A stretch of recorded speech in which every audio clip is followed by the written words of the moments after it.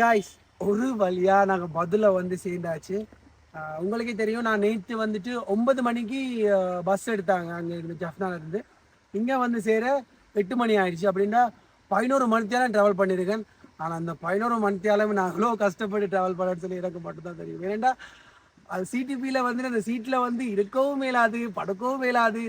அது ரொம்ப கஷ்டமாக இருந்துச்சு. எனக்குலாம் முதுகெல்லாம் செம்மையான வலி. அப்போ இது படுத்தா ஓகே ஆகிடும். வந்து இன்னொரு விஷயம் முக்கியமாக நான் சொல்ல மறந்தது என்னன்னு சொன்னால், நான் இதுக்கு முன்னாடி பிளான் பண்ணும்போது 20,000 ரூபா தான் என்னோட பட்ஜெட். அப்படி இந்த ரூமுக்கு ஃபுட்டுக்கு எல்லாமே பிரிச்சுட்டு இருக்கும்போது டிரான்ஸ்போர்ட்டில் நான் ஒரு விஷயத்த நான் வடிவாக நான் கெஸ் பண்ண மாட்டேன். என்னன்னு சொன்னால், ஜஃப்னா டு பதுல நான் கெஸ் பண்ண வந்துட்டு ஒரு 600 ரூபா 700 ரூபா தான் இருக்குமென்னு சொல்லி ஒரு ஆளுக்கு. ஆனால் எவ்வளோ தெரியுமா உண்மையான விலை? ஒரு ஆளுக்கு 1500 ரூபா, 2 பேருக்கு 3000 ரூபா.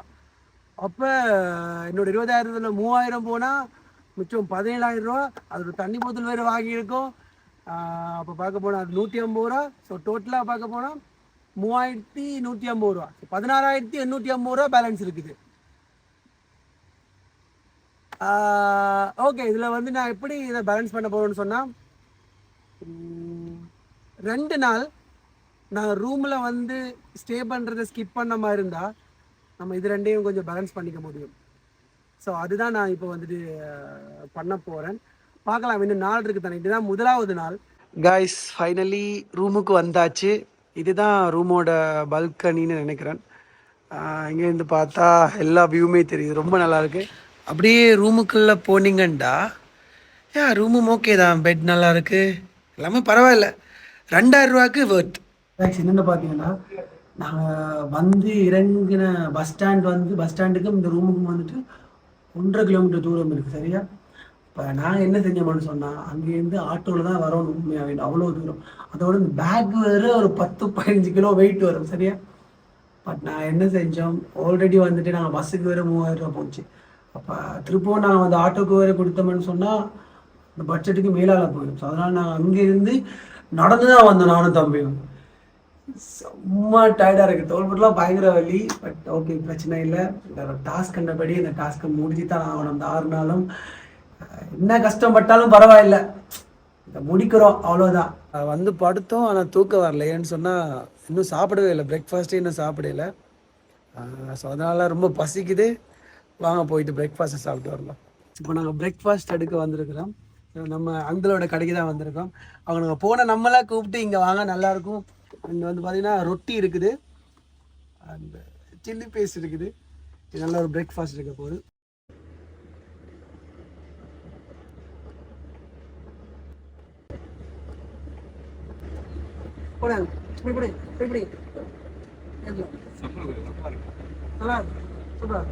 இதுக்கு பேர் வந்து காட்டை வேண்டா, சீனி போட்டால் பிளேன் டீ, கருப்பட்டின்னு சொன்னால் காட்டு, சரியா? இது வந்துட்டு மிக்ஸ் பண்ண மாட்டாங்க, குடிக்கணும். குடிச்சிட்டு விட்டு பைட்டு எடுத்தால் ரொம்ப நல்லா இருக்கும். நாங்கள் பிரேக்ஃபாஸ்ட் முடிச்சிட்டோம், சரியா? ஆனால் உண்மையாக சொல்ல போனால் வேறு லெவலில் ஒரு சாப்பாடு உண்டு.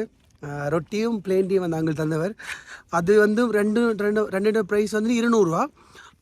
ஓகேயான ப்ரைஸ் தான், 200 ரூபா. அப்போ டோட்டலாக வந்து 3,350 ரூபா வந்துட்டு முடிஞ்சிருக்கு இது வரைக்கும். முதலாவது நாளில் முதலாவது சாப்பாட்லேயே 3,350 ரூபா. 3,000 ரூபா அதில் முடிஞ்சதால தான் வந்தது. எல்லாத்தையும் 350 ரூபா தான் முடிஞ்சிருக்கு. சரி, பிரச்சனை இல்லை. நம்ம அடுத்தடுத்த நாளில் வந்துட்டு சிக்கனமாக நம்ம வந்து செலவு பண்ணுவோம். ஒன்று மட்டும் சொல்கிறீங்க இல்லைங்க, இந்த நோரிலையால் இல்லைல பதுலையில் ரூம் ரொம்ப சீப்பாக கிடைக்குதுன்னு போட்டு தயவு செஞ்சு இந்த ஹீட்ரு இல்லாத ரூமை மட்டும் எடுத்துடாதீங்க. கை இன்னும் நடுங்கிட்டு இருக்கு. பட்டவன் சொல்கிற நம்பாட்டி இந்த வீடியோவில் பாருங்கள், உங்களுக்கு தெரியும், சரியா? நாங்கள்லாம் அவ்வளோ பெரிய குளிர்லேயே குளிச்சிருக்கோம், தெரியும். இதெல்லாம் ஹீட்ரு இருந்தா என்ன, இல்லாட்டி என்ன.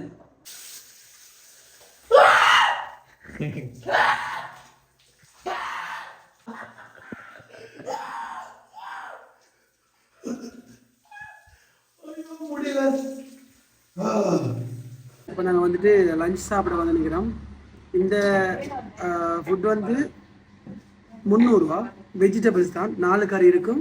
300 ரூபாய்க்கு இது வந்து காணும் 2 பேருக்குமே. நானும் கொஞ்சம் தான் சாப்பிடுவேன், அவனும் கொஞ்சம் தான் சாப்பிடுவேன். அப்படி இல்லைன்னாலும் நான் எல்லாரும் சாப்பிட்டு முடிக்கணும், ஏன்னா இதான் டாஸ்க். ஓகேவா? ஆல்ரெடி மார்னிங் வந்துட்டு 350 ரூபாய்க்கு சாப்பிட்டாச்சு. ஸோ இப்போ 300 ரூபான்னு சொன்னால் 650 ரூபாய்க்கு. அப்போ நைட்டுக்கு ஒரு 300 ரூபாய்க்கு சாப்பிட்டோம்னு சொன்னால் 950 ரூபாய்க்கு சாப்பிட்டுவோம். சாப்பிட்டா மிச்சம் வரப்போது எங்களுக்கு மிஞ்சலாம். அதுக்கப்புறம் அதுக்கு முன்னாடி போன 3000 ரூபா நாங்கள் இதில் பேலன்ஸ் பண்ணலாம். பஸ் டிக்கெட்டுக்கு போன 3000 ரூபா இதில் பேலன்ஸ் பண்ணிக்கலாம்.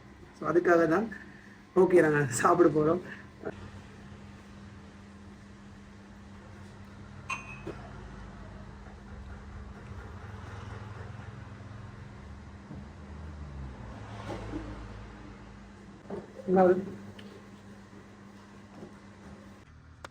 இன்றைக்கு நாங்கள் கடைசியாக பார்க்க போகிறோம் எதுன்னு சொன்னால் நைனாஸ் பிரிட்ஜை தான் பார்க்க போகிறோம்.